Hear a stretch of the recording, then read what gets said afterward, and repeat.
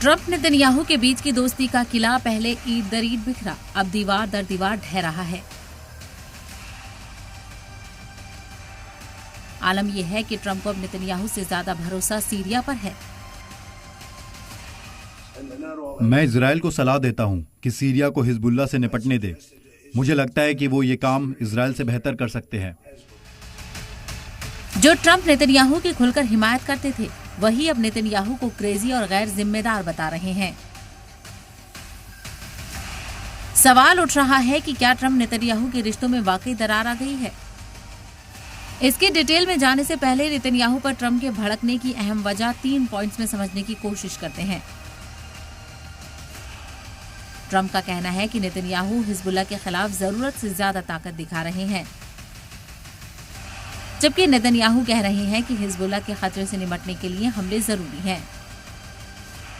Trump को पता है कि क्राइसिस को सुलझाने के लिए अमेरिकी कोशिशों को लेबनान में अमन लाए बिना कामयाबी नहीं मिल सकती, जबकि नेतन्याहू मानते हैं कि सिर्फ बातचीत से हिजबुल्लाह को कंट्रोल नहीं किया जा सकता।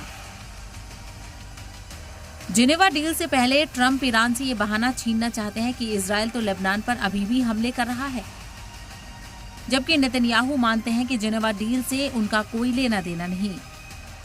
ट्रंप और नेतन्याहू के रिश्ते का पेच यहीं फंस गया है।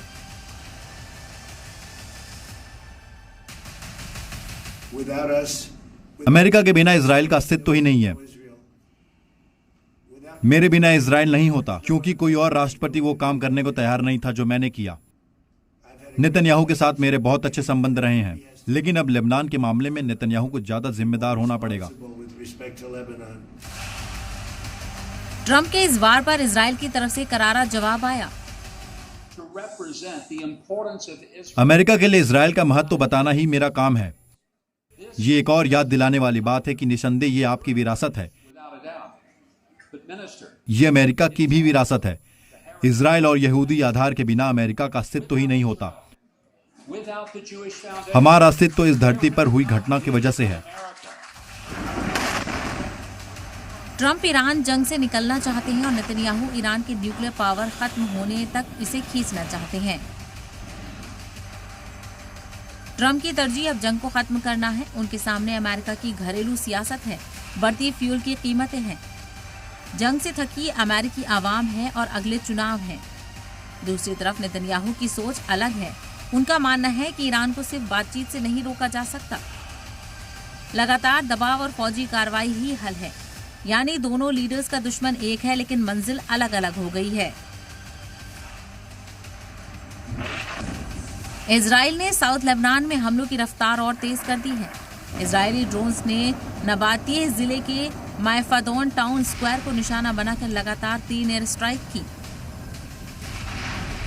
हद्दाथा इलाके में इजरायली सेना ने साउंड बम गिराए। ट्रंप नेतन्याहू के बीच की तल्खी को लेकर कई एक्सपर्ट का मानना है कि ये पूरी तरह से सच नहीं है। एक्सपर्ट्स की दलील है कि ट्रंप अक्सर दबाव बनाने के लिए खुलेआम बयानबाजी का इस्तेमाल करते हैं। ईरान को ये दिखाना कि अमेरिका और इजराइल के बीच तजाद है, बातचीत में एक डिप्लोमेटिक हथियार भी हो सकता है। लेकिन सच तो ये है कि ट्रंप के लिए नेतन्याहू के लिए पहले वाला दोस्त अब कहीं से नहीं दिख रहा है और नेतन्याहू भी बदले बदले नजर आ रहे हैं। ब्यूरो रिपोर्ट, सलाम टीवी।